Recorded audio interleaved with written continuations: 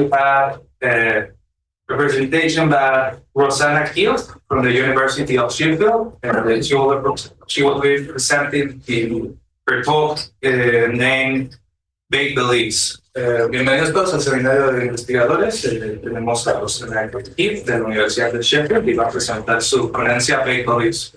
So, Professor, we're going to give you about 15 minutes per presentation, and then we have Q&A section. 15 minutes, yeah. Yeah, I'm going to let you know when you have about 10 minutes or 5 minutes left, so you can do the slide. So, go ahead. Thank you, and I'm afraid I'm not going to be repeating in Spanish. You really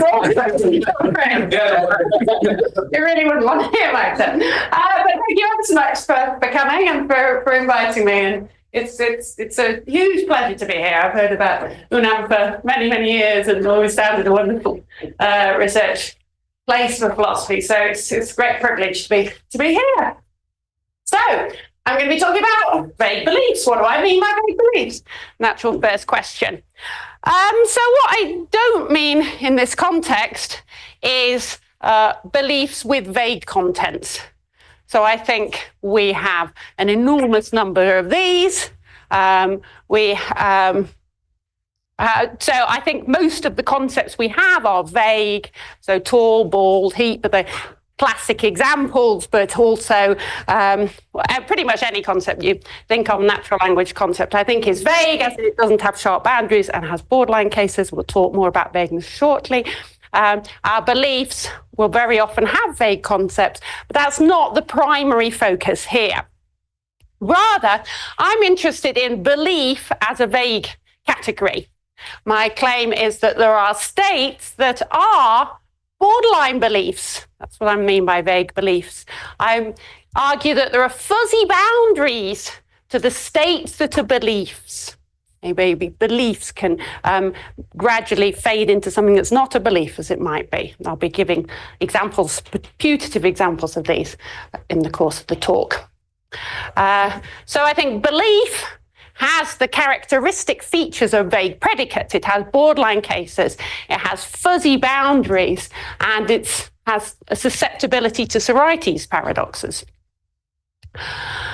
And my overall project, of which this is just a part, is really exploring the multiplicity of ways in which belief ascription is vague.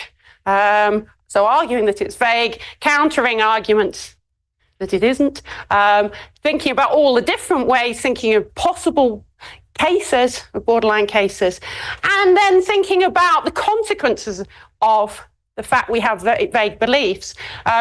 For thinking about us and our mental states, our understanding of ourselves and of others, our predicting of others' behavior, and our reasoning. So that's the whole big project. Can't cover all that today. But the main thing I want to persuade you is that there are vague beliefs and that they're interesting. Okay, so they're going to be, if belief is vague in this way, there will be borderline beliefs. We're focusing on propositional beliefs, S is belief that P. Now, this includes many beliefs that we're not kind of conscious of, thinking of at the time, unconscious, non-activated beliefs. You believe that giraffes have long necks even when you're not giving it any thought. So we may wonder whether someone can have a vague belief with particular contents. So I say belief is vague. So as with other vague predicates, you get clear cases. A clear case of S believes that P. Ottavio believes that London's in England. Clear case. Clear non-cases. Okay. Ottavio believes that London's in Peru. Okay. No, that's false, right? So that's not. In fact, he believes disbelieves it all.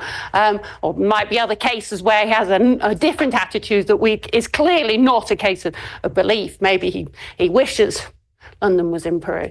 But in addition to the clear cases and the clear counter cases, there are, I claim, borderline cases. So just a little note, there's a boundary between belief and non-belief. We shouldn't expect it to go from believing that P to believing that not P. You can have suspended judgment in the middle. So maybe Ottavio, does he believe that Cleethorpes is in England? Maybe he has no idea. He kind of suspends judgment on it. Or maybe he does believe it, but isn't very confident. He thinks, and it was the UK, maybe it was Wales. So maybe that's a kind of borderline case, because he's pretty confident, but not totally confident. But that takes us on to putative borderline cases and putative fuzzy boundaries on the next slide. So just first, the bracket. When we think about vague predicates, we say they've got borderline cases, but often people don't agree on exactly what the borderline cases are. So it's very typical of vague predicates that you don't get agreement that this is a borderline case, even if you've got agreement that there are borderline cases. So take tall. Some people might think I'm borderline tall woman, right? Other people might think, oh, no, she's not tall. She's not a borderline case. Other people might think she is tall, right? Am I a borderline case of tall? We may not all agree on that, but if you think I'm definitely tall for a woman, or definitely not tall, you'll think somebody else is a borderline case, right? So that's a very typical kind of way that vague predicates are. So that makes, in some ways, my task a little bit challenging, because I can't say, look, or I may well not be able to give a case and say, look, this you will all agree this is a borderline belief. But that's the same with tall, rich, blue, whatever, often. Okay. But still, often they have certain patterns, I'm going to say, and the hope is you will think, yeah, I can see how there will be borderline cases there, or that there won't be a sharp, sudden change between belief and non-belief. So, what kind of recipes then for generating borderline cases? The first kind, alluded to just now, are ones that draw on the fact that we have different strengths of belief or different degrees of confidence. So these obviously often modelled with credences, kind of Bayesian picture. You may well think, indeed I think, that there are some strengths of belief, some degrees of belief that are borderline. So you may think, and we'll talk about this later, that you've got to be over a threshold of confidence to count as believing it. But exactly what the threshold is maybe vague. So, as I say, maybe Ottavio's belief, he believes that Cleethorpes is in England, even though he's not as confident of that as that London's in England, right? Or maybe he's in that kind of borderline region of confidence. Okay. So that's, I think, a very common way in which you'll get borderline cases. But I think it's not the only way. And I think the other ones, some of the other putative cases, aren't so easily modelled in that kind of strength of belief way. So some of these examples are, I'm just putting out there, I'll be interested to know if you think they might be borderline cases. You might have strong intuitions either way, and that's fine. So, and complexity about this project is that clearly what you say about vague beliefs may well depend on what your theory of beliefs is, what you think about beliefs, and we'll touch on that shortly. And some of these other phenomena I'm going to be talking about, you might have a theory or an account or intuitions about, which makes it clear that for you don't think that they are borderline beliefs, but other people, I think they could be examples. So one kind of case is raised by Eric Schwitzgebel. Now, he talks at some length about in-between beliefs, he calls them, which I like my borderline beliefs. He does it from a particular perspective. He's defending a dispositional account of belief, and I think there are various assumptions in the debate he's in that I think are problematic, but nonetheless a lot of his examples are interesting, controversial, but that doesn't matter for my purposes. For my purposes, I want to say there are lots of borderline beliefs, and I'm not going to pin myself to exactly what cases there are, but I do want to illustrate a whole bunch of possibilities. So some cases are cases where there's mixed evidence over whether S believes that P. So in some ways, yeah, it looks right to attribute them in the belief. In other contexts, maybe not so. So Schwitzgebel talks about a racism case where Juliet will assert that all races are equal, says that's one of her beliefs, knows the research, has good reason to believe it, totally will commit to it explicitly, and yet behaves in certain problematic racist ways, doesn't call upon black students as it might be. Do we say Juliet believes that races are equal? For Schwitzgebel, this is a kind of in-between belief, because there's this mixed evidence. You might think this is another borderline case. Here's another example, Antonio, who has, again, kind of mixed behavior in relation to religion.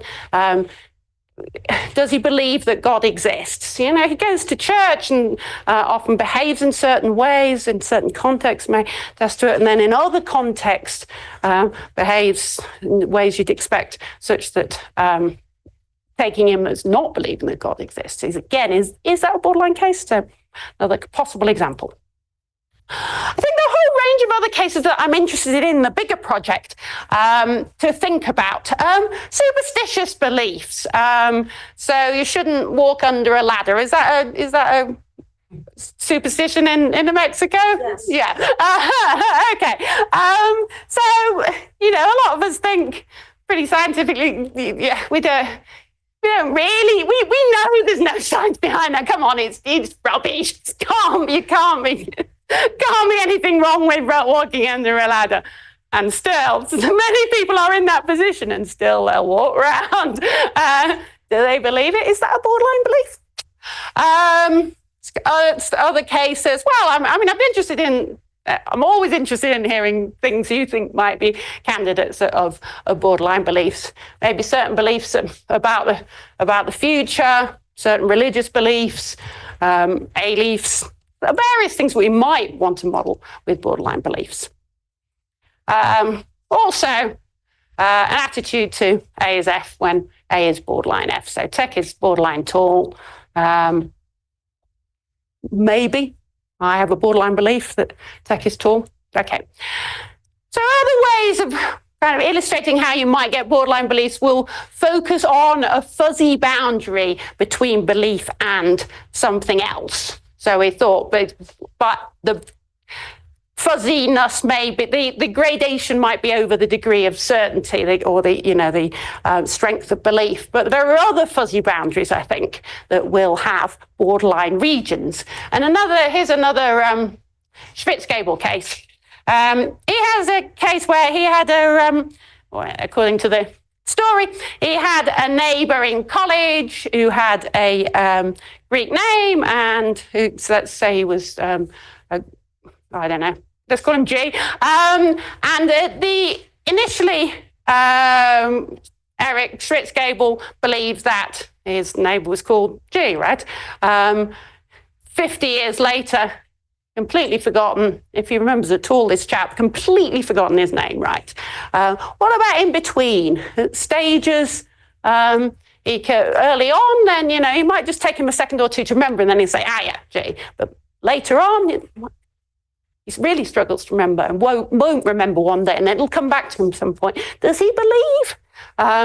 So if you're inclined to say that at the point when he's got absolutely no recollection of this neighbor, then at that stage, he no longer believes that he had a neighbor called G. If you think that, then do you think that there's a gradual dropping off, a gradual forgetting between the belief and the non-belief?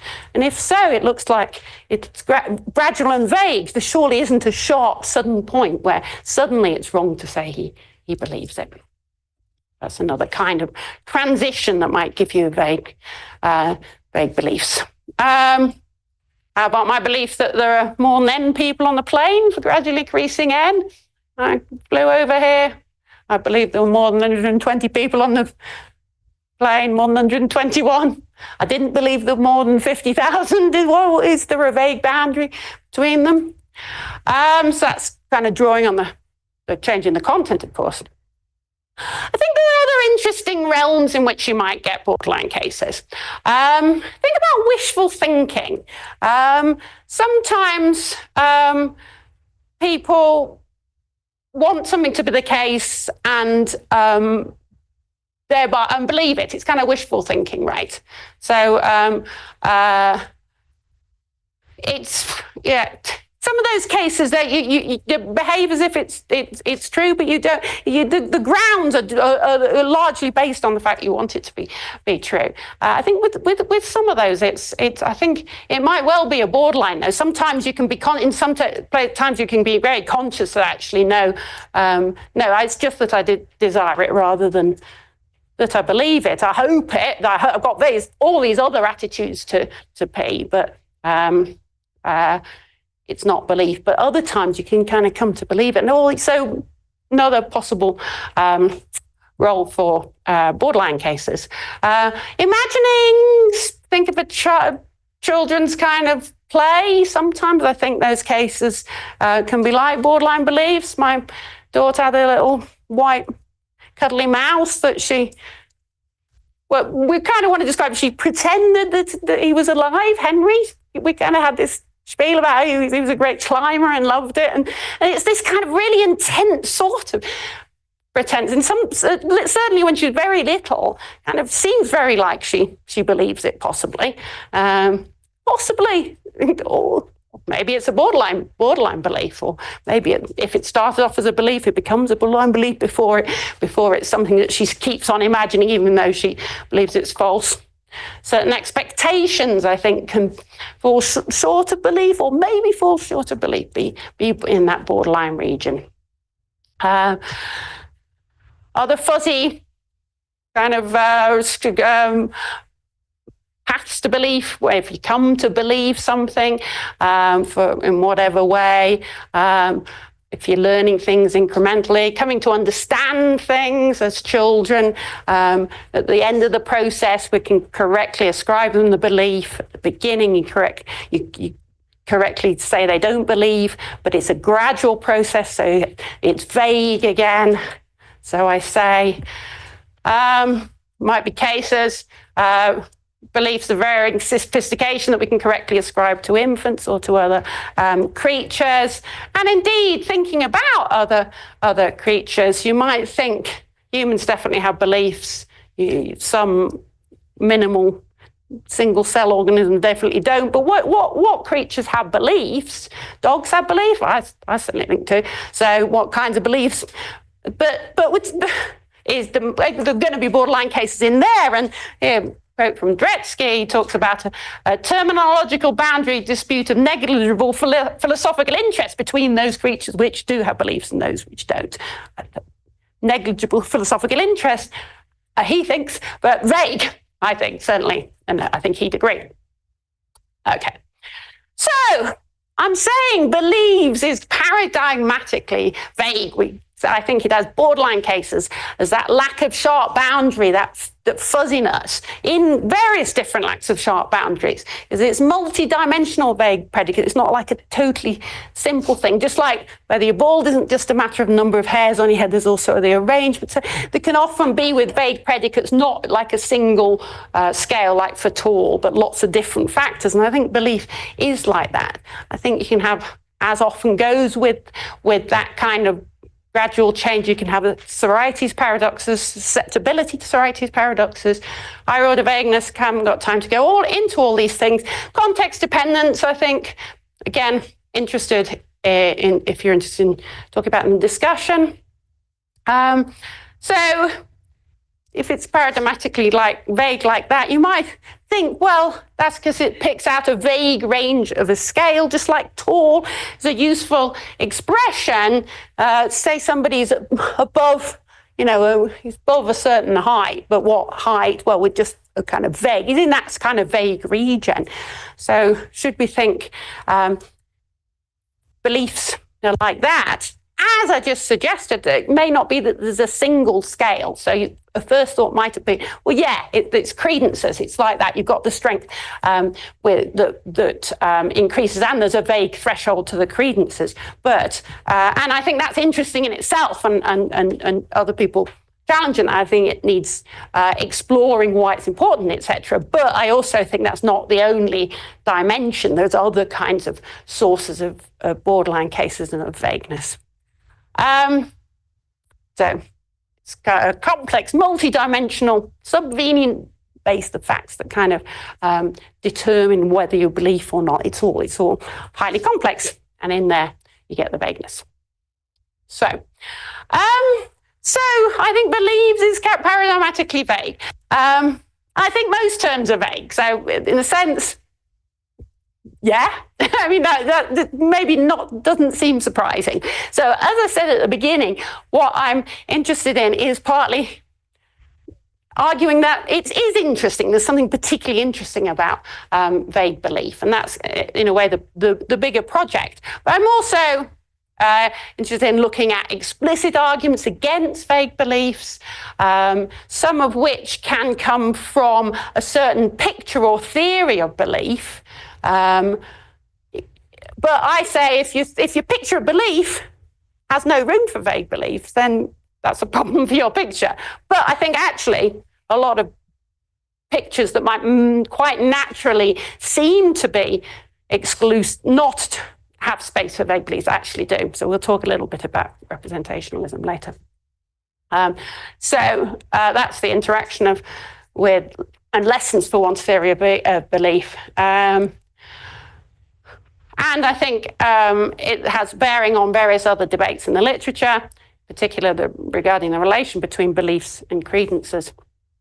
And then for the bigger project, I think there's I ultimately want to show the significance of the vagueness of beliefs in relation to things like belief acquisition, learning, reasoning is one I'm particularly interested in, describing and understanding ourselves and others, etc. Okay, so what kind of case might people make against the thesis that there are vague beliefs? One initial kind of resistance might be the thought that there's a kind of lack, as I put it, there are a lack of respectability of vague categories when it comes to kind of scientific or important kinds. So beliefs are proper, you know, they're a fundamental kind. They're a kind of state and mental state. You can have maybe science of beliefs, etc. Surely then somebody might say they can't be vague. It wouldn't be suitable for scientific study if they were. So people might think.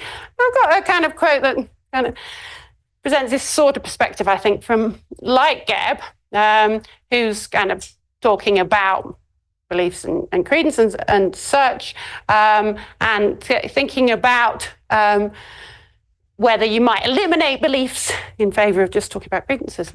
And he says to reject the eliminability of beliefs, you need a unique natural mental phenomenon type, entities that carve nature at the joints. That's that kind of terminology you usually mean. There's something precise out there. There's nature carves things at the joints. H2O. That's we latch on to some kind of precise natural kind. So there might be a kind of ignorance, but about if we don't know what's H2O, we might think there are fuzzy boundaries, but we're wrong. There's the term carved nature at its joints. Lightgeb seems to be suggesting if we're not going to eliminate beliefs, then we'd better think beliefs are like that. There's a natural, maybe precise joint between beliefs and non-beliefs, which seems to be to deny what I'm arguing. So it seems to imply that the category must be precise, but I deny that. I think in psychology, cognitive sciences, maybe other science, may well be other sciences as well, but certainly within psychology and very much so within ordinary language. Vague linguistic categories are absolutely indispensable. We can't get by using only the very most natural kind, the nature carved, precise notions. Psychology has a key role for belief, but that doesn't mean that that notion must be precise. That doesn't commit you, I argue, to thinking that they've latched onto the kind of equivalent, that's kind of a bit like H2O, insofar as even that's precise. We can have vague terms within science, and I think within psychology we do. Not to mention within ordinary language and our talking about people, which is absolutely crucial that we use notions of belief, even though it's vague. Okay, so along similar lines, people might think, well, okay, all you're really talking about is belief ascription. When we talk about, we ascribe beliefs to people, maybe that's vague, but maybe there's kind of the facts about beliefs, people's beliefs are precise. But I think that's problematic when we think about what are we ascribing when we ascribe beliefs? Well, I think we're ascribing beliefs. Beliefs are those mental states we talk about in ascribing beliefs. And we might be ignorant of various things about, well, we're ignorant about lots of things about the mind. Science can discover various things. But I think it's not likely to discover a kind of natural kind that is utterly precise. It's talking about the very thing we're talking about when we're ascribing beliefs. So if you've got a ascription, those vagueness in those ascriptions, then I think the mental category is vague. That's not to say we're right about belief ascriptions. We're right about everything about beliefs, but you're still going to get vagueness in there, I think. So it's not I'm just interested in our talk of beliefs. I'm interested in beliefs. I'm saying there are vague beliefs.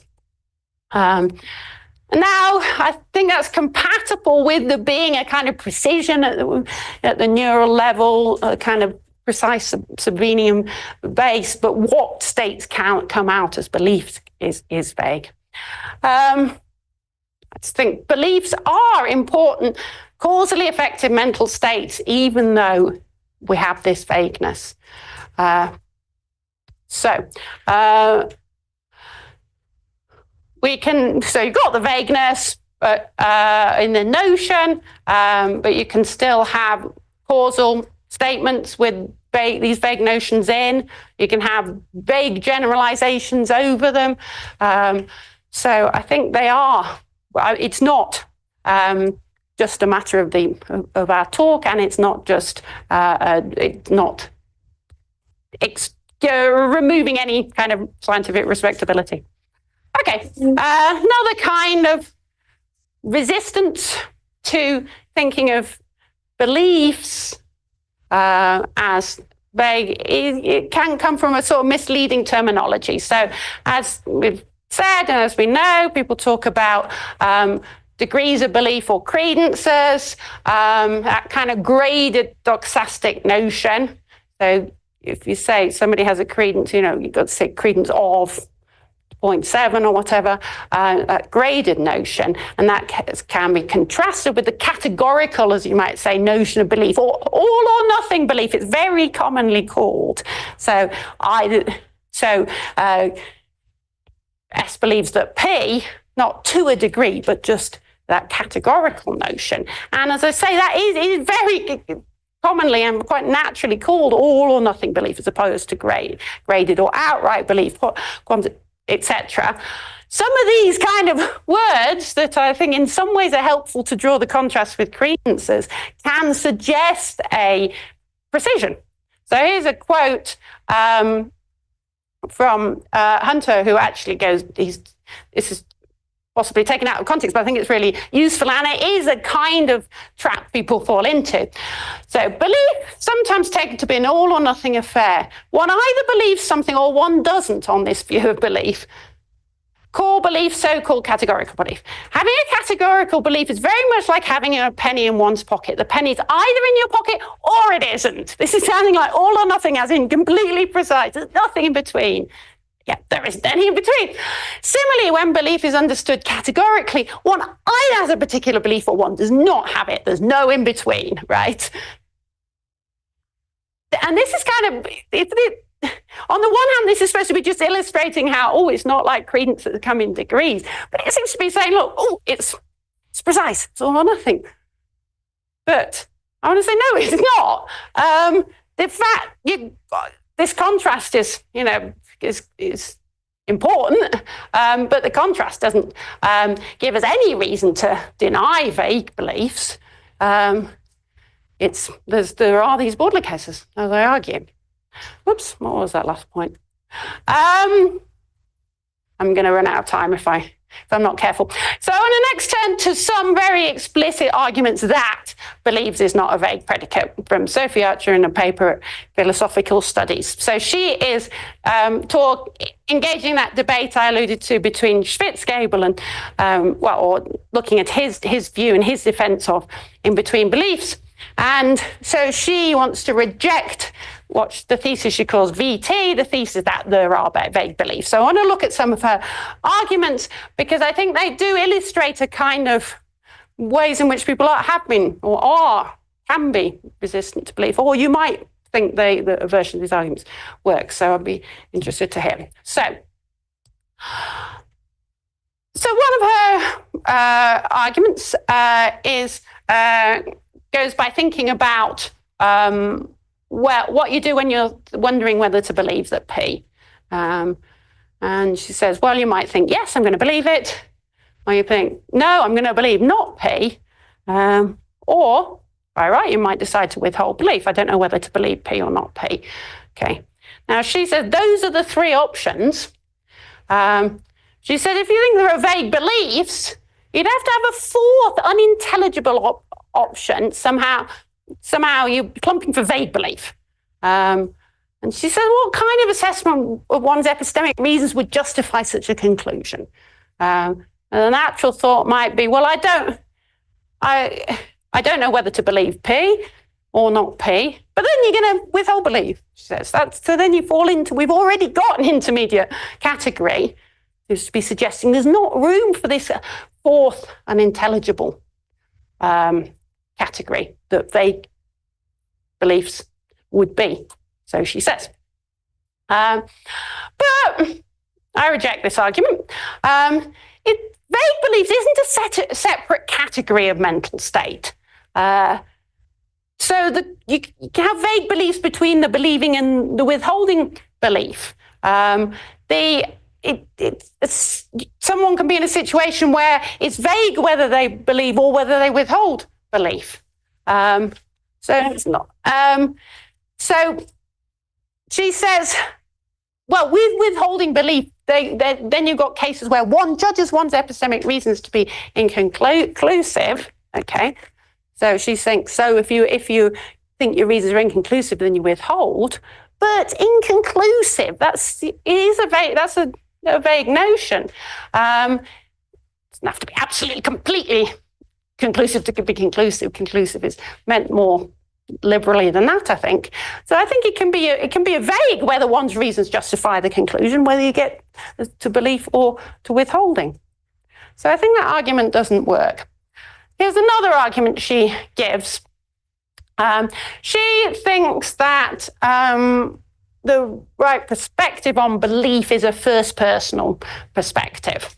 So she's, as I say, interested in the kind of Schwitzgebel cases. So things like that implicit biasy one, where you can wonder from the third-person perspective looks different from the third-person perspective, and she thinks the first-person perspective is fine. That's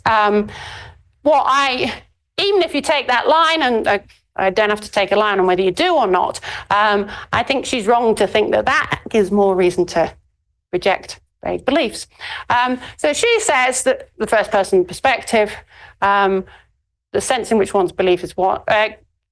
So says we can't, in taking beliefs to be vague, we can't accommodate the first-person perspective. The sense in which one's own belief is what one takes to be true. Okay, so she says we can't accommodate vague belief there.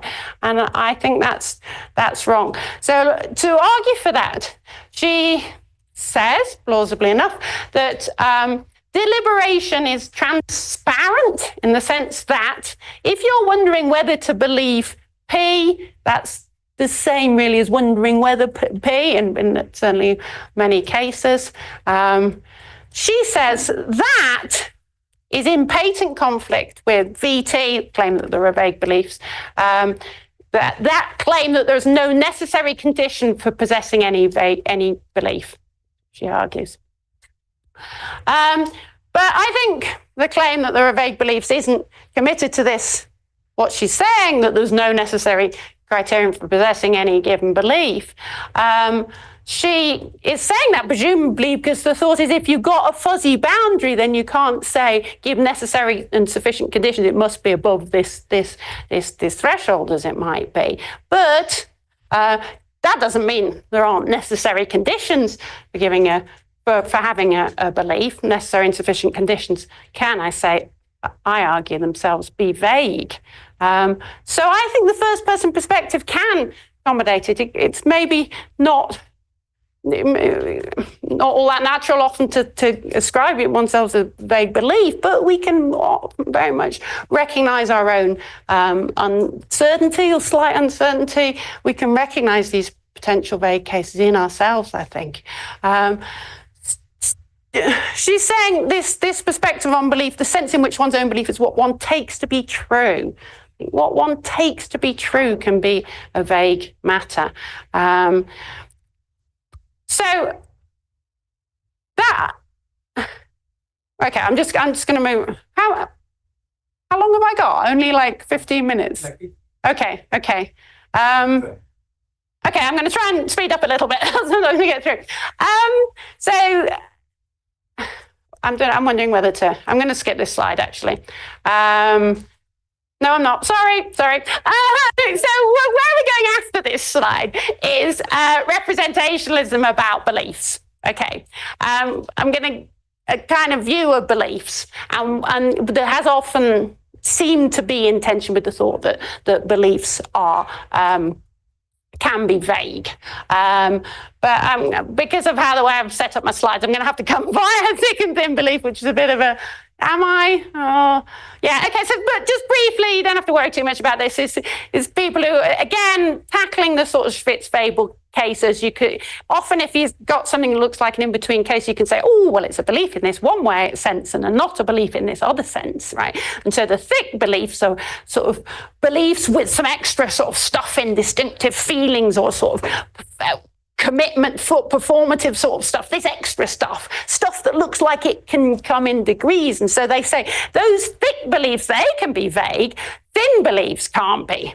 So what are thin beliefs? For them, those are they're simply representing, they put there, which we'll see that's simply representing. Sounds a little, well, we'll come on to that. But look at the bottom. To have a thin belief that P, it suffices that you represent that P is true, you represent it, regard it as true or take it to be true, okay? So thin beliefs is a matter of representing. It's like the representationalist view of beliefs. So let's talk about that then. So kind of view beliefs, defended by Fodor, Dvoretsky, more recently, Gulti Dunn, Mandelbaum, lots of people, in fact. So I think it would be a worry if vague beliefs weren't compatible with representationalism, but I think they are. So the kind of core cases of belief for a representationalist are where S has a representation with the content of P, and she bears the appropriate belief-like relation to that representation. Often talked about as she has the representation of P in her belief box. Okay, so there you're already seeing why it's not just representing it, right? It's got to be representing it and having it in your belief box. here again, but Walter, and you get this in other people, Quilty, Dunn and Mandelbaum, seem to also suggest that the role of representing prevents us from having vague beliefs. So mental representations appear to be discrete. You either have them in your mind or you don't. I think it's a good question whether that's true, but most importantly, even if it is true, that wouldn't give you the lack of vague beliefs, because it's not just representing it, it's having it in your vague belief box or being in the belief-like relation to it. So obviously we do represent lots of propositions without believing them. Cases where we have low credences, cases where we've got desires, etc., loads of examples. So it's not just representing. So the notion of thin belief, or the representation notion of belief, to have a thin belief that P, it suffices to represent that P is true, regard it as true, or take it to be true. But taking to be true, as I've suggested, can be vague, right?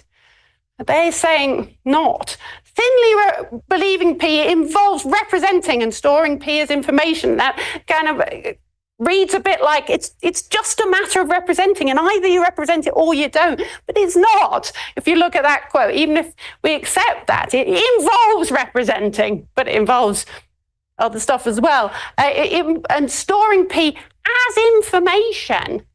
If we can represent things that we desire, then are we storing them as information? Surely not, if this is going to be an account of belief. So I think we do have scope for the vagueness that we need. Or that the characterization in terms of the belief box that's very useful for lots of purposes is misleading, I think. It's just a metaphor, obviously, but with a box. It's in or it's out, basically. Maybe it's hovering around the end. But it doesn't give you the kind of vagueness you want. But why, you could have said, we could have had it in your belief cloud, right, which does sound like it's more going to have more vagueness if you want that kind of metaphor. But also it's often unpacked in terms of a functional characterization. And if there can be vagueness in the functional characterization, which I think there needs to be, then you can get vague beliefs.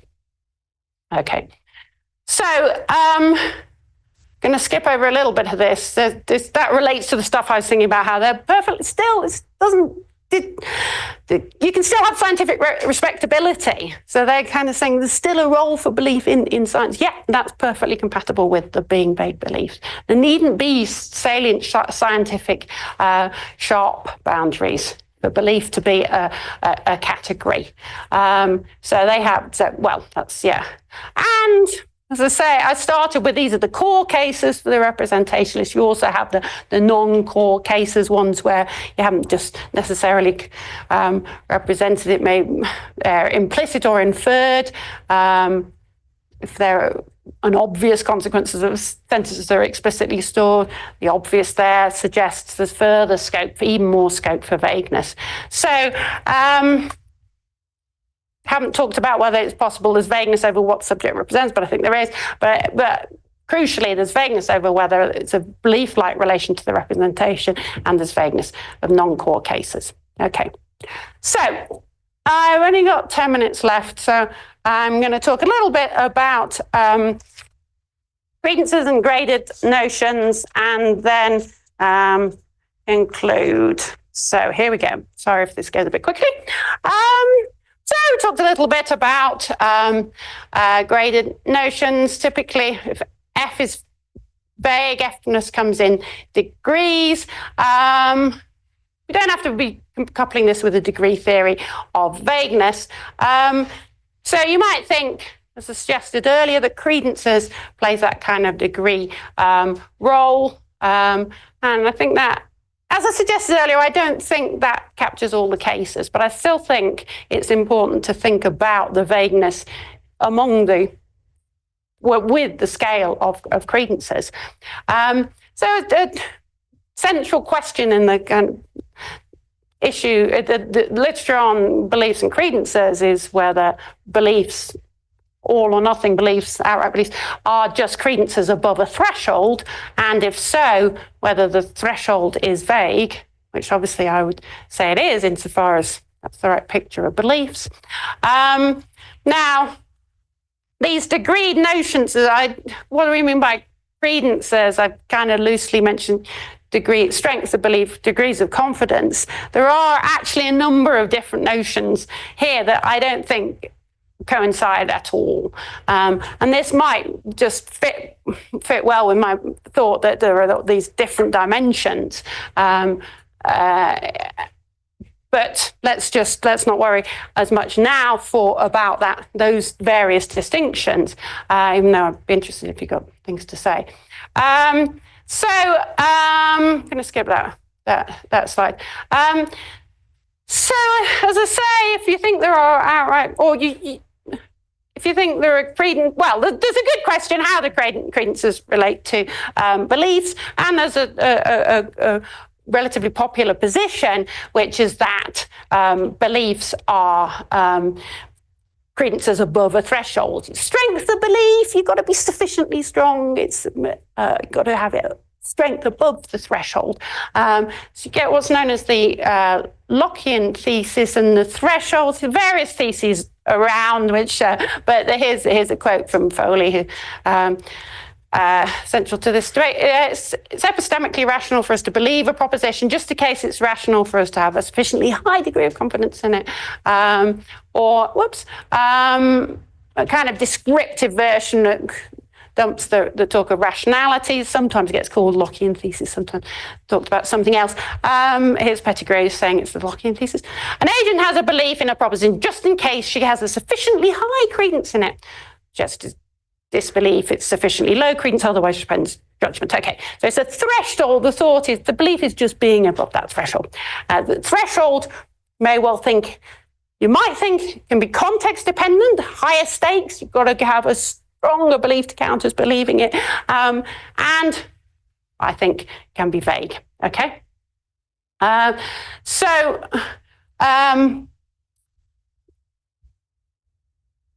what consequences of that?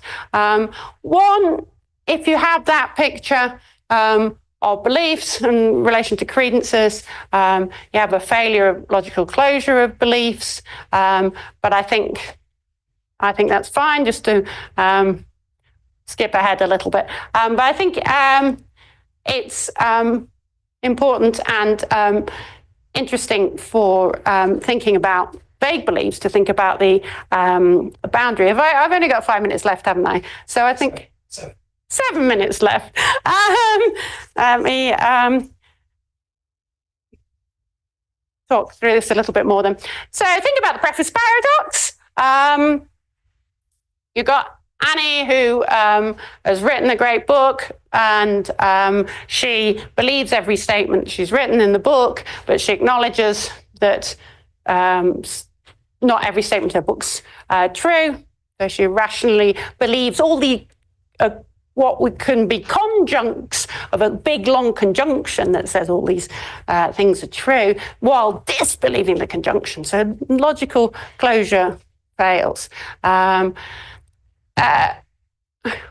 That many people think is a problem and a reason to reject something like the Lockean thesis. And similarly, might well look like a reason to reject the vague belief thesis. And it's something we need to grapple with in any case.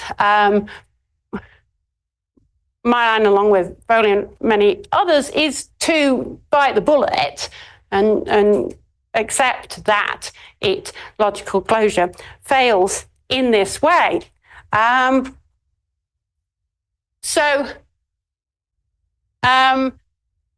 Where does vagueness come in? I think it's it makes for an interesting element of the picture. So the preface paradox, you think, oh yeah, she's written so many different claims in the book. So the claim that they're all true would just be way to, it's just implausible, right? But that's because there's so many, and she's going to have gone wrong somewhere, right? So it might look like kind of phenomena that you get because you're bunching up an enormous number of premises to get a single conclusion. But if you've got a threshold, if a view, so suppose you said believing is having credence above 0.9, then you're going to get that failure of logical closure with just two premises. If you've got credence 0.94 in each, your conclusion can drop below 0.9. So it's not just a matter when you've got lots. But here I think the vague threshold it can help somewhat. If you think, because there's room for the borderline region, so it can be that with two premises, then you never fall right into the non-beliefs, you fall into that kind of borderline region. And this might be important for reasoning, might give us more of a way of like Soraites' series where a few steps are okay and a lot isn't. The vagueness might play a crucial role there. When we reason, we should, and we typically do, use beliefs that we think are comfortably over the threshold.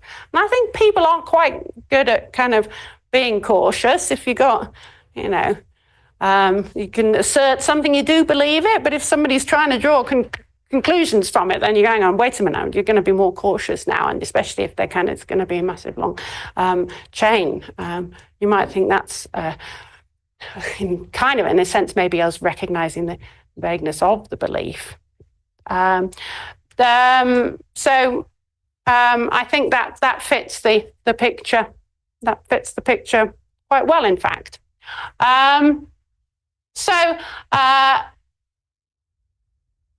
The threshold thesis, an agent has a belief in a proposition, and only if she has sufficiently high credence in it, you might, that thesis and thinking of varying confidence as relevant to whether you believe or not might suggest that that's the way to go on your picture of beliefs. But as I said earlier, I don't think all vague beliefs can be modelled with credences, so I don't think we should accept the if and only if here.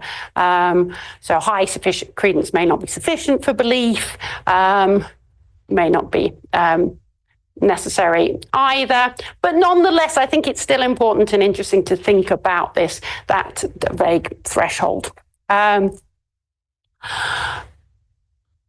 So I'm going to skip that slide there because I really am out of time and just give you the conclusion.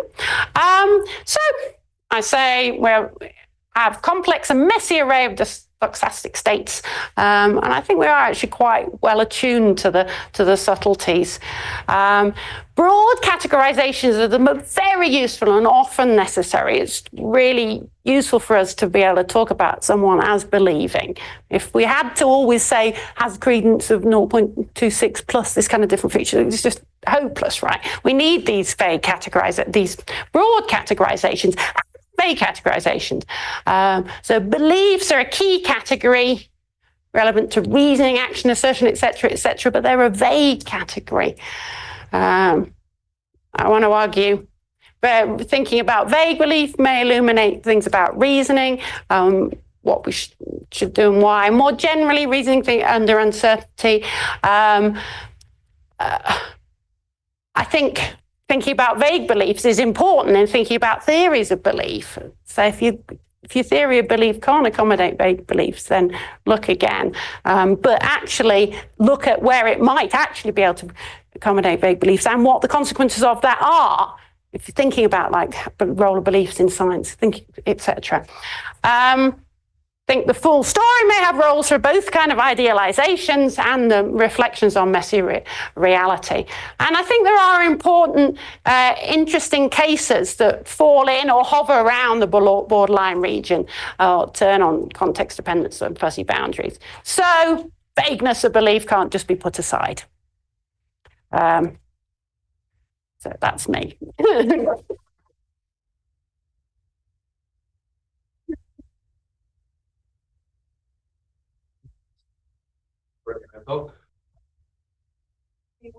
Yeah. Okay.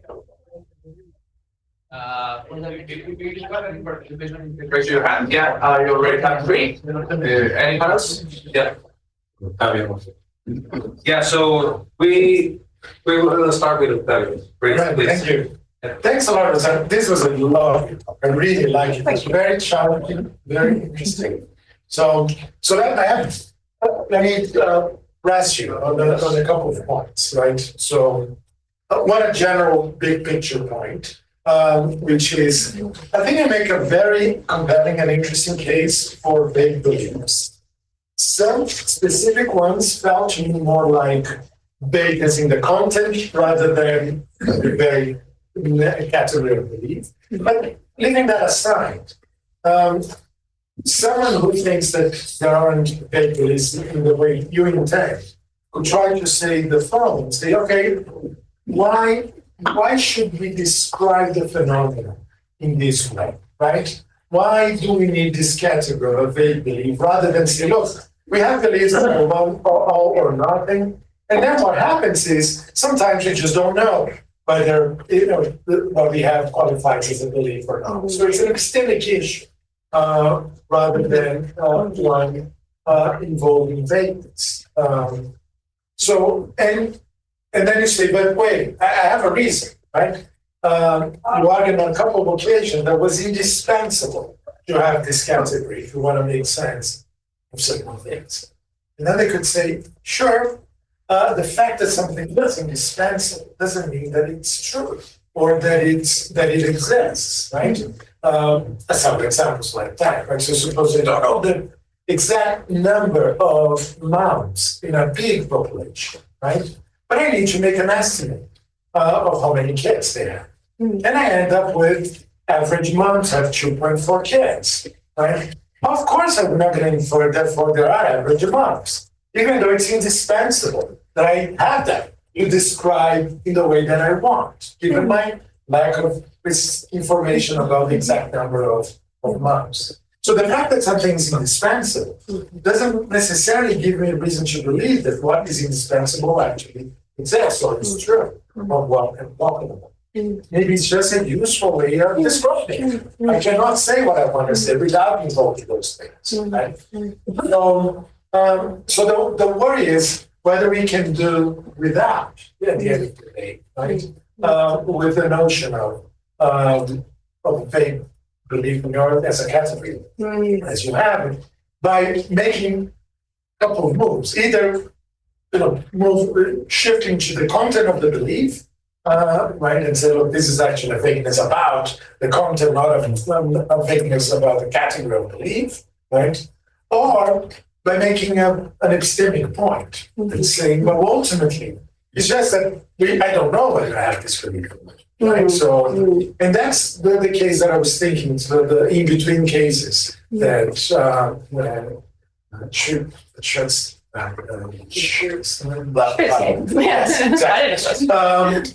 was sort of considered, right? So, and I made enough time has passed, right? Earlier, I was able to recall, I had this neighbor and maybe even the name. Now I no longer recall the name, but I recall having a neighbor. And you remember that, right? So there might be a point in which it's not clear that I have to believe in it. Right? So then it's a matter of, the kind of epistemic access that I have to information that I have installed. Not that the belief is vague, so that I don't have a good grasp of the content. It's an epistemic implication, but it's a different category that, somehow brings together the phenomenon. Interesting. Okay, thanks. There's lots going on there. Let's see if I can remember. Yes, I'm not sure how that works. Shifting it to the content, because it's the subject's mental state that's at issue here. I agree with some of the cases you might, and as I said, I'm not coming to a particular one. Some of them you might think it's a matter of the content, but well, in the forgetting case, I'm saying, so should we, at this point where he can kind of recall it, can't really recall it properly, it's indeterminate whether he believes or not. So it's a vague matter. It's a borderline belief. Or think of the cases of the intermediate degrees of confidence or the others. So you're wanting to say maybe that sometimes, yeah, I suppose you can rewrite so that actually what they call, I suppose you could say so say you thinking, well, clear thoughts, sorry, I'm going to choose. It's clear thoughts in England. I'm supposing you're just going to, yeah. So you might say, well, actually, what's going on there? Better description would be that you have degree confidence in that of 0.75 or something. Is that kind of the way of going? I don't like to model beliefs with frequency because I think that's too much structure. Yeah. Far more structure than we actually can handle. So it's yeah.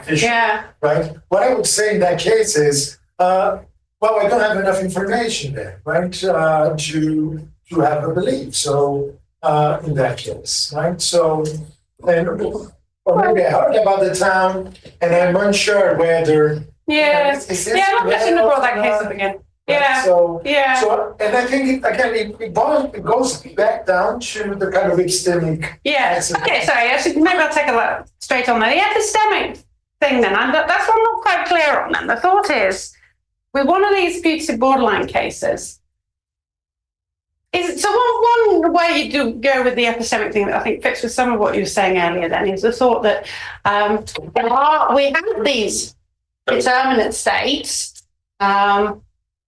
And there's precision there, there's sharp boundaries everywhere. So it's the next carving is at the joints, and we just don't always know which side things fall on. Well, I don't like talking about carving things, and no. The idea would be this. But I do think that some of the contents are vague. Yeah, sure. Hurry up. Okay. Yeah, sorry, yeah. No, I'm going to say Let's see. things related to what you said, I think. What was I thinking? Oh, yeah, the indispensability thing, yeah. I think talk of beliefs is a lot more indispensable than talk of average mums, and you can explain what you mean by average mum, and if that notion is perfectly unproblematic. I'm not saying it has to pick out somebody who's the average mum. Whereas beliefs, I think we need to be using these terms to talk about ourselves and other people. And yeah, we could say that we're going wrong with a lot of this stuff because it's not lining up with what kind of states people have. But I think we'd lose a hell of a lot by abandoning that, really. So we can't talk about all the various really precise stuff that's going on in the head. We can't replace it with that. We need that kind of general notion. And then if the notion is legitimate, which it is, then I think you have a thin notion of properties, right? So we were talking about yesterday. I mean, so why doesn't that kind of idea give? Well, there are beliefs because we talk about them. There's a property of somebody, and it's a vague notion, and you get these borderline cases. So I think I wouldn't want to. So I agree that there's, especially in some particular cases, etc. We do have to maybe want to think about the content, and as you said, kind of shifting stuff to the content. But it might be kind of both, really. So in the case where, so what was it? So yeah, So it might be that there's a content that's more precise that we can say, oh, but he does believe that. But we still also want to ask, well, but does he believe the more general thing? So that wasn't very well. Just like, so that's people often tall. We could just abandon talk about tall because everyone's got a height, right? So if we think he's a borderline kid, he's that high. But no, we can't. But I want to know what's the case with tall, that predicate, right? And sure, you can say this other thing, but that's kind of changing the subject. So I feel like some of the examples might potentially turn into that kind of thing. You're welcome. Thank you. Still 6 questions left, so please try to be brief.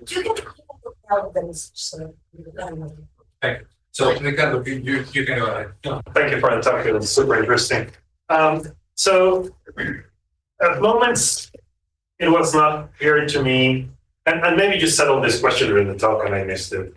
I'm sorry, but sometimes it was not clear to me whether you only want to hold that the verb believes is vague, or whether you want to go further and claim that, it can be indeterminate whether a given person has a belief or not, in a way that suggests, vagueness. And, I was wondering specifically in the context of the discussion you have with Boulder and company, because... Who's what, sorry? Jerry Boulder. Oh, yeah. Yeah. So I was thinking, if you only hold that the verb is vague, then perhaps Boulder could reply, that's fine. It's the verb is semantic vagueness. That's cool. But we all have a box in our head, and it has stuff in them. And if something is in there, it's a belief. If it's not in there, it's not a belief. And that's very precise, and that's what I care about. And I had the sense that your reply was like, look, I don't know if we have a box in our head, but if we do, it has fuzzy boundaries. And then it seems like you're toying with the idea of haunting vagueness. So it was not very... Okay, thanks, that's really helpful. Okay, so number of things. Starting with the kind of, the belief box thing. How many doesn't think we have a box?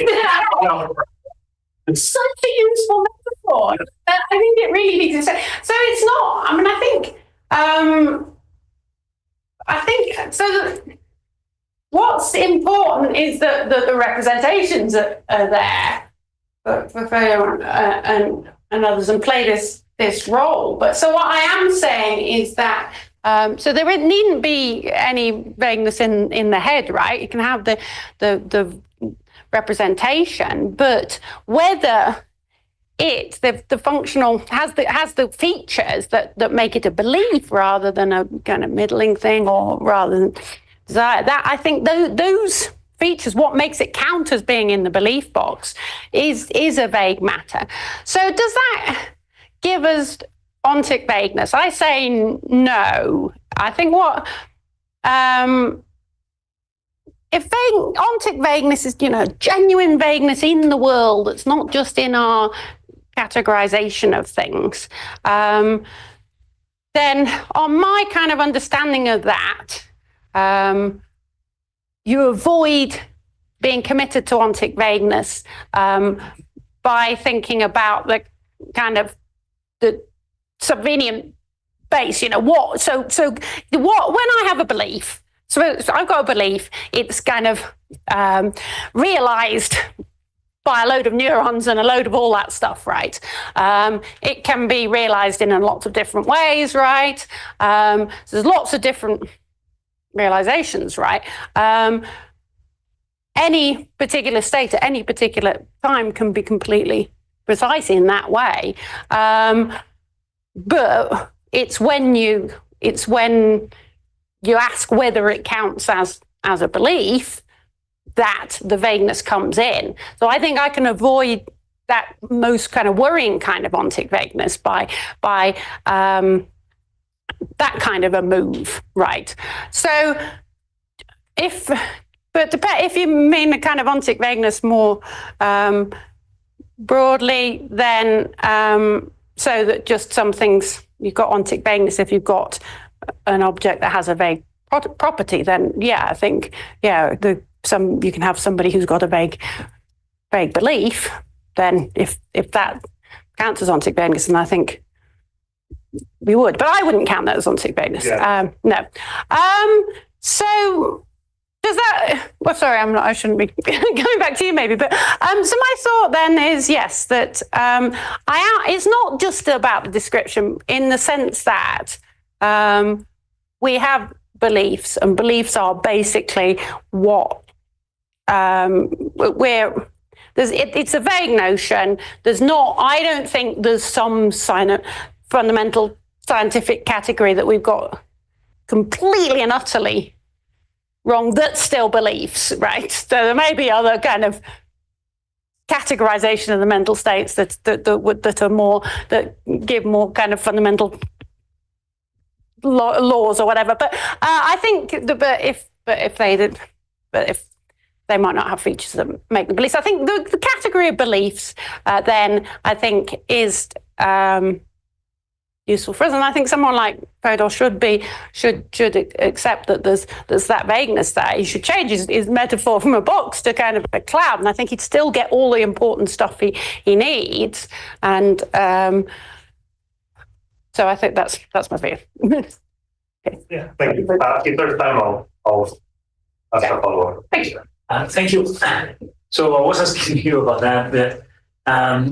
So my question is, I didn't get really the reason for thinking that there is vagueness. So how is it not possible for your opponent to think, look, this notion of belief box is something like a satisfying certain causal role, and it's determined whether a certain mental representation might be indeterminate whether we have one mental representations or not. It might be indeterminate whether we have this or that representation, but whether these mental representations plays a specific causal role, says your opponent, say that's determinate. So there is a fact of the matter along the time, and at a certain point, minimal changes, infinitesimal changes, make a substantial change in the causal role, and that's what my theory predicts, and that's perfectly determinate for all the time grain in which we want to consider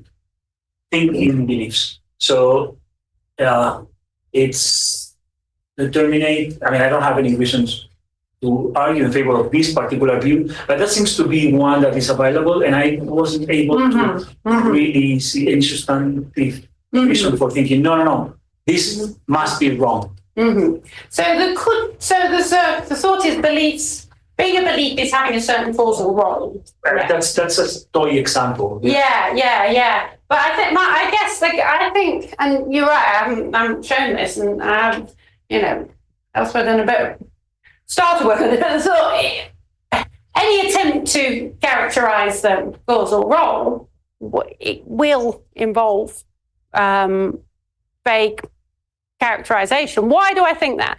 Do you want to have a go at what kinds of roles, causal role, must a belief have to be a belief? Sometimes it's evidently described quite vaguely in terms of you're acting as if it's true, but obviously that's where that belief in has got to be in interacting with desires, etc. and Purely computation. Computation. Yeah, so this such and such connection, being able to activate this and that, something like that. But what's the this and that? I mean, it's fine, fair enough. So maybe it inherits the vagueness from the characterization. Yes. I think that's a. But then, if I can reduce it and give you a proper characterization, then it won't be bad. It won't be vague, right? Right. Okay. So in a way that you're right. So what? It feels a bit unfair for me to throw it back to you. Give me a precise characterization, but so I need to do more work to show why I think that would that's not going to succeed at any. But the general kind of argument is if you talk, I don't know, it would turn on the details, really. And you could give a characterization with maybe a very arbitrary sharp boundary, causal characterization, but there's always the possibility if your characterization involves some kind of arbitrary choice, then the question is going to be why is that what beliefs are rather than this kind of very close and similar choice. But completely different. So that's what I'm. So the states would be radically different. So they don't have to be even close to anything. I don't want to be. So they don't admit borderline cases because they are sufficiently far away and there is no boundary between belief and non-believing, for example, because those causal roles are sufficiently significantly different. Yeah. I think the causal role is going to be so complex and hard to pin down that if someone decides on a way of pinning it down, then it won't be, it'll be just like could be an arbitrary classification of belief rather than what beliefs are. But thanks. Absolutely. Gracias. Thank you. I'm complete, I think. I really like the proposal. I think this is great. But I need to push. I want to push on something. I think it's something that is at least implicit in our shirt, which is that maybe the proposal might over-generate epistemic phenomena, or some epistemic phenomena may be over-described. Because in your proposal, you would have to be able to distinguish between, for example, being half justified in believing that, fully believing that B, and being fully justified in half believing that B.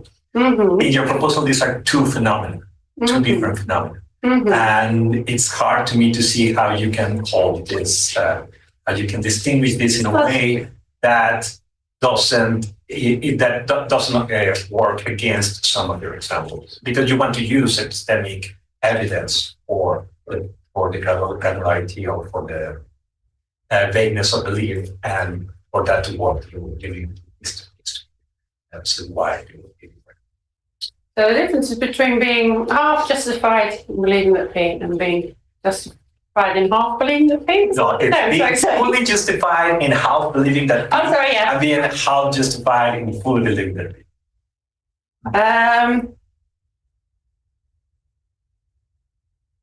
And why do I need...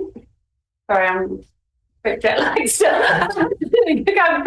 I need those to be different, you say. Because when you use as examples of borderline cases where you are not sure, or it seems that what you even in a certain moment say something like that in Archer's argument, his epistemic talk can be considered gradually, and therefore that would allow for translating that gradability from justification to belief. Mm-hmm. Right. So in order for this argument, for your argument to work, then you would need to distinguish these two things, right? You would need to say, no, it is not just that belief is 1 and 2, and it is justification that is gradual, which is what Archer holds, but that sometimes it is the other way around. Mm-hmm. And in order for this to be able to be the other way around, then it would have to be a different phenomenon than the one that Archer identifies. I'm afraid I think I'm struggling a bit with to get my head around this, I think. So can we look at the slide on Archer? Oh, yeah, that would be helpful. Yes, okay, but if there are more questions, we can move on. I can write to you. I think I'm going to have to think about that separately. Sorry. But it's okay, there are more questions, right? Well, they can move to another one and come back. Exactly. Okay. Okay, I will move to another one. So we have Esteban, please. Gracias. Thank you very much. I really like your talk, and I was wondering, as far as I see, the vagueness. So you clearly there is a clearly distinct vagueness if it's a vagueness of content versus a vagueness of having a belief, right? Now, I was wondering if the real a representationalist that is a hardcore realist about representations is going to be realist about vehicles, right? Or they're being actually tokened things, right? And would you extend the vagueness to having a representation, or is it just about having a belief? Because of course there's this positional beliefs. There's things that we truly believe many things that are not tokened literally anywhere in our mind frames, right? Like we believe that there's more than 2 chairs in this room, and surely until you think about it, right? So in that case, we're doing also certain kind of dispositional beliefs, but for those explicit non-dispositional beliefs that are actually represented and playing this certain kind of causal role, you could say a belief is there's a vagueness of content, there's a vagueness about whether it is in the belief box or not. So maybe we can speak use a different metaphor like a belief cloud. But then can you also speak about whether it is tokened or not? Because one's tokened, different causal roles, you know. Good question. Yeah.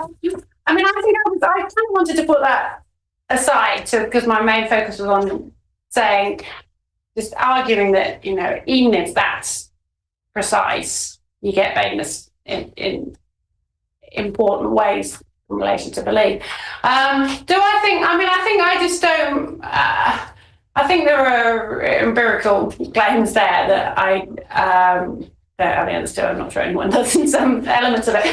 But I definitely don't feel I'm committed to it, that's for sure. I think once you put us,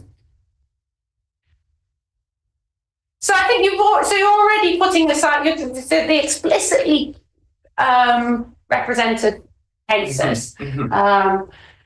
I think it's completely depend on what's going on in the brain. I think. I mean, in the sense that it's nice to think about this picture as if it's really a kind of a sentence in the head, but it's not. Right. So is it? So it depends how it's realised. So I'm happy to buy the thought there are these representations in the head. That's right to say, but how's it realised, and are they? So I don't know. I mean, I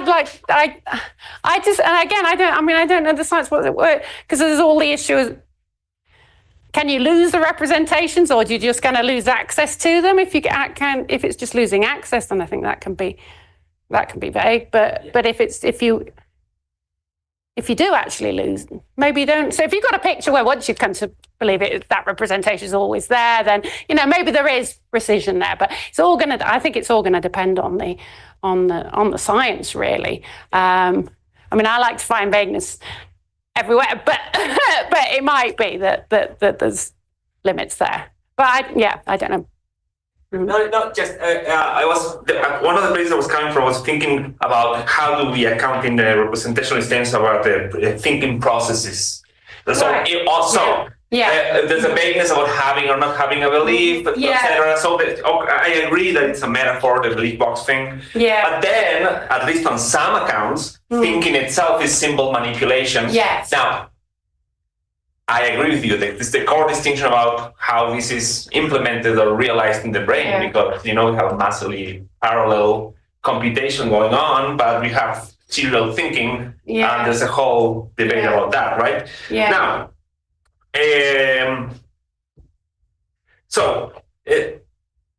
kind of lost my train of thought here, but basically thinking as symbol manipulation under one, if you're going to start to uncache the metaphor, maybe that metaphor also has kind of fuzzy boundaries, and we'll have to look into implementation. Yeah. That would be compatible with what you're saying about, Yes.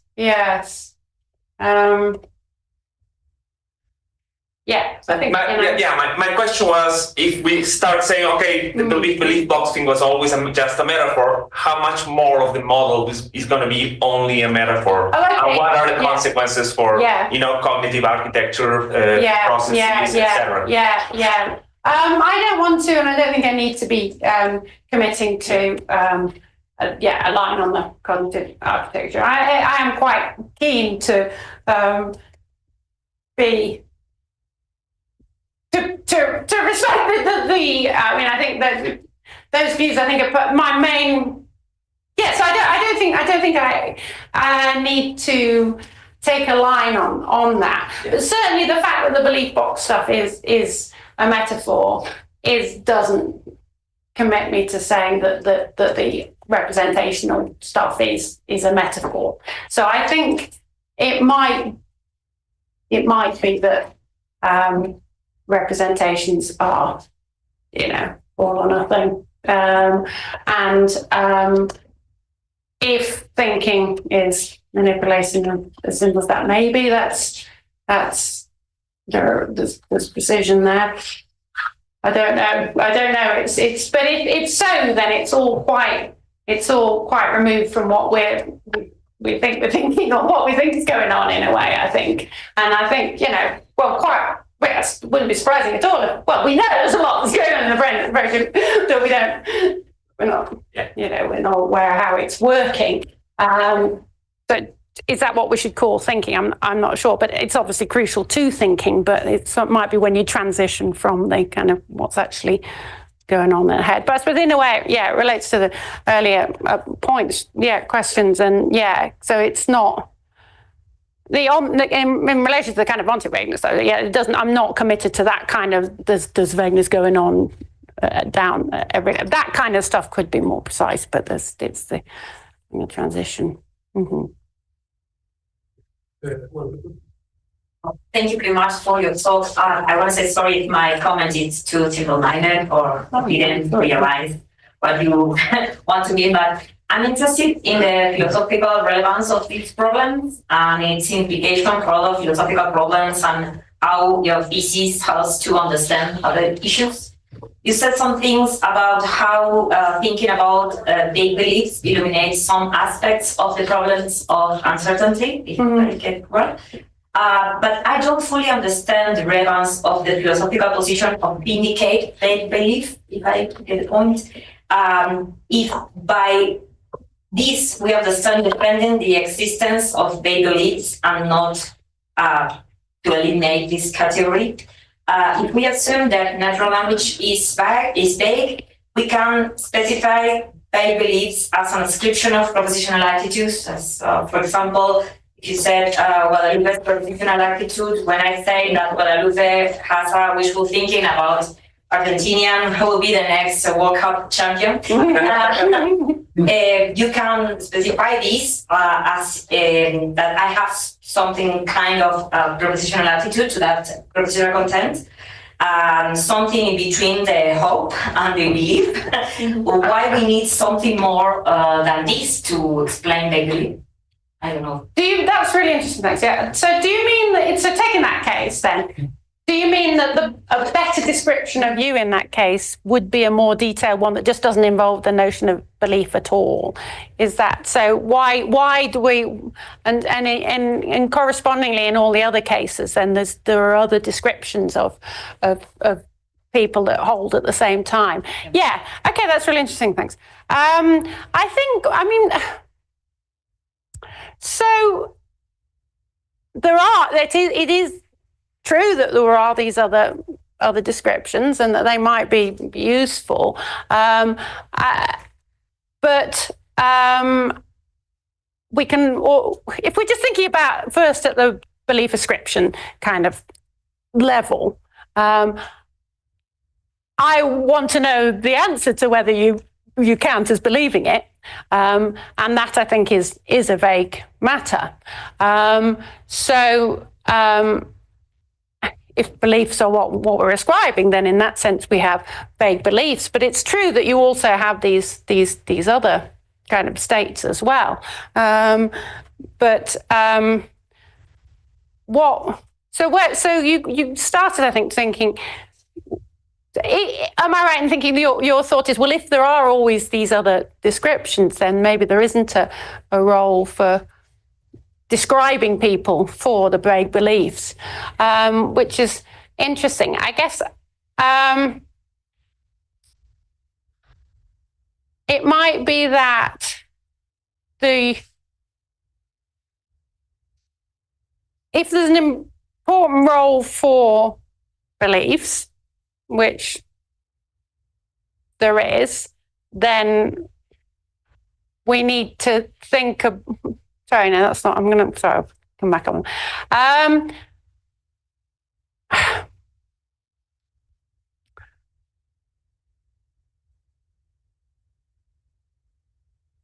Yeah, I think I'm just going to go back to saying that I need to do some more work on showing. So in that case, it might be that the interest in thinking about it as a vague belief concerns things like thinking about the transition. So maybe what starts as wishful thinking just genuinely does become a belief, and that when we're thinking about maybe why that happens, it might be partly because you sort of self-ascribe the belief, and then it becomes, you come to actually believe it. So that kind of the self-ascription might be, or it might be that in characterizing other people, then having that, it might help in thinking about the transition. Or otherwise, my claim, but I haven't shown it, is that there might be other roles for thinking about it. So in the kind of reasoning case, I think there's similar issues. But you're quite right that often it's just the vague description isn't always the best description. It's just like, if someone's borderline tall, then it's, often it'll be better to talk about their height or whatever. That doesn't detract from the fact that they're borderline tall. If you kind of asking about the tallness, then that's what they are. And then if tall isn't useful notion for us, then we're thinking about its vagueness like that. But thanks for the question. I'll think a bit more about some of the other cases. Interpretation of Axel, do you want to go back to your question? We still don't have slides. No, but it's okay. I'm going to try again. Okay. So let's focus just on one example. So yes, like the incremental learning, right? So you're incrementally learning a subject, and you're in the middle of the process, and you how to know that beat, right? So it seems to me that somebody could say, like, yeah, that is because you have a belief that it's not fully justified, right? The level of knowledge you have of the subject is not enough, so you only are half justified, and that is what is happening. There's no need to appeal to half believing something or something like that, because you can model it that way, and there's no need to model it saying like, oh, no, that is not what's happening. What is happening is that you do not yet believe that P, you are like half believing that P, and that is the right status that is justified by your level of knowledge. So instead of saying that you're half justified in believing that P, you are fully justified in believing that, in half believing that P. And for this example, to serve your purposes, the second description has to be, if not the right one, at least independent of the first one. They have to be at least different phenomena. Right. Okay. Thanks. Independent. It seems too strong. I'm not sure why both descriptions can't be right. Pardon? It's interesting. Because that's. It's not. It can't always collapse into that about justification, because it was just we're not always thinking about justification. But I think it is. Why can't I just say that it's both the case that they're half justified and that they. Like there's nothing added with the new description. Okay. Right? Okay. So it's that kind of question again.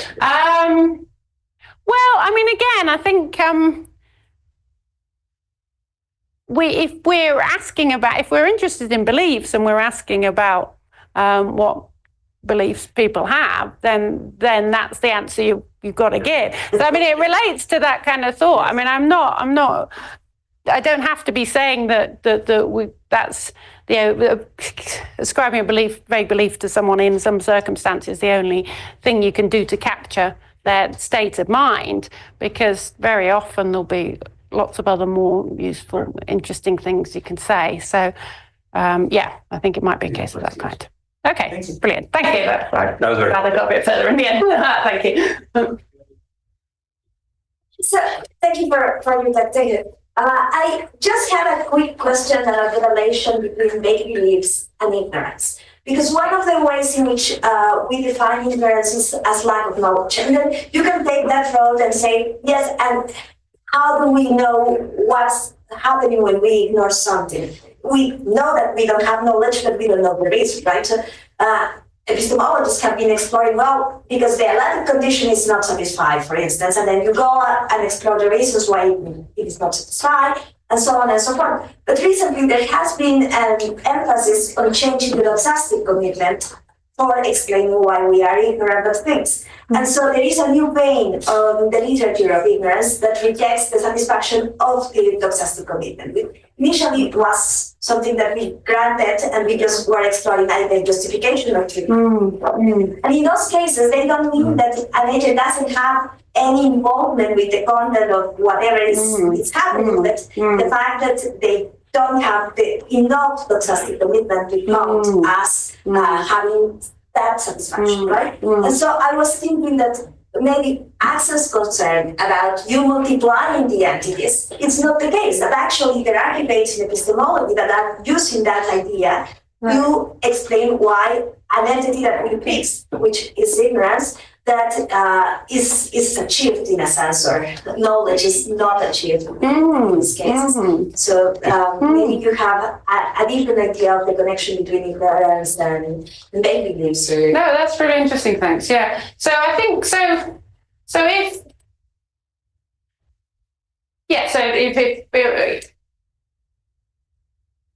there can be, so cases that are sorry.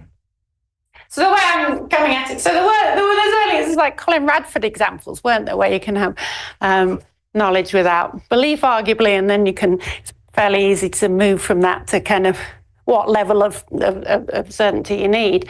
So I think that is a big, important source of element of vagueness there. So it is the consequence that knowledge is also vague. Yeah, I'm happy to accept that. I